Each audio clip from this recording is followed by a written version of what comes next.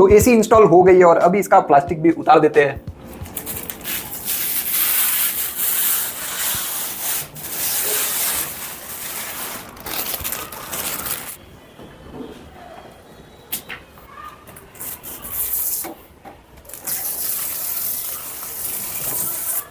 तो बहुत लोग जो फर्स्ट टाइम एसी बाय कर रहे होते हैं उनको बहुत सारी क्यूरियोसिटी या जिज्ञासा होती है कि इसका इंस्टॉलेशन कैसे होता है, ताकि वो लोग अपने घर या ऑफिस में एसी को सही से इंस्टॉल